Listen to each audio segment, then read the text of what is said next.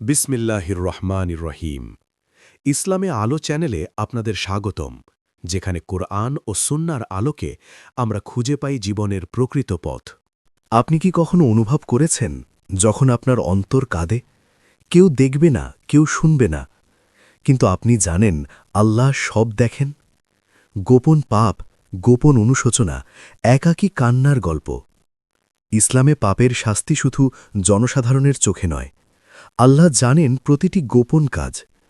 রাসূলুল্লাহ সাল্লাল্লাহু আলাইহি ওয়াসাল্লাম বলেছেন, যে ব্যক্তি রাতে তার গোপন পাপের জন্য কাঁদে, আল্লাহ সেই কাঁদার মাধ্যমে তার পাপ মাফ করেন। সহিহ তিরমিজি।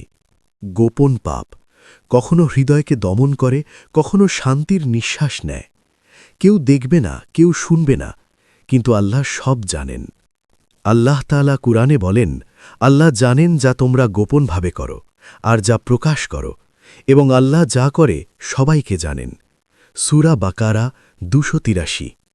গোপন পাপ আমাদের অন্তরের ওপর ছায়ার মতো ভর করে, কিন্তু সেই শাস্তির থেকেও বড় উপহার হল অনুশোচনা। যখন চোখ নীরব কান্নায় ভেজে অন্তর আল্লাহর দিকে ফিরে আসে। রাসূলুল্লাহ সাল্লাল্লাহু আলাইহি ওয়াসাল্লামের সাহাবীদের জীবন প্রমাণ করে গোপন অনুশোচনার শক্তি। একজন সাহাবী হিজরাতে আগে রাতে একাকী আল্লাহর কাছে কাঁদতেন। তিনি বলেছিলেন, আমি আমার গোপন ভুলগুলো মনে করি এবং আল্লাহর দয়া চাই। সেই সময় আমার অন্তর শান্ত হয়। এটি শুধু কান্না নয়, এটি আত্মার মুক্তি, অন্তরের শুদ্ধি। গোপন পাপ আমাদের মনে চাপ সৃষ্টি করে। মানুষে মানুষে বুঝতে পারা যায় না, কিন্তু যখন চোখ ভেজে, হৃদয় কাঁদে, এটি একাকী কিন্তু শক্তিশালী। রাসূলুল্লাহ সাল্লাল্লাহু আলাইহি ওয়াসাল্লাম বলেছেন, যে ব্যক্তি গোপনে কাঁদে, আল্লাহ তার জন্য জান্নাতের দরজা খোলেন। সহিহ বুখারী।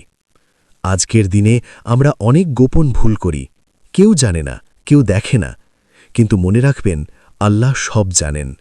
যে গোপন কান্নায় আমাদের অন্তর ধোয়া হয়, সেই কান্না আল্লাহর কাছে সবচেয়ে প্রিয়।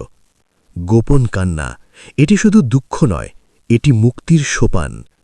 রাসূলুল্লাহ সাল্লাল্লাহু আলাইহি ওয়াসাল্লাম বলেছেন, যে ব্যক্তি রাতে তার গোপন পাপের জন্য কাঁদে, আল্লাহ তানাজ্জুল রাতে তার জন্য দোয়া কবুল করেন। সহিহ ইবনে মাজাহ। কান্নার অশ্রু মুছে দেয় গোপন পাপ, হৃদয় ফিরে পায় শান্তি, আল্লাহর রহমত আসে। গোপন পাপের জন্য কাঁদা, এটি চুপচাপ, একাকী, কিন্তু সবচেয়ে শক্তিশালী অনুশোচনা। আপনি একা নন, আপনার কান্না আল্লাহ দেখেন। আজ রাতেই অন্তরকে খোলা রাখুন, গোপন পাপের জন্য কাঁদুন এবং আল্লাহর দয়া প্রত্যাশা করুন, কারণ আল্লাহ সবচেয়ে দয়ালু।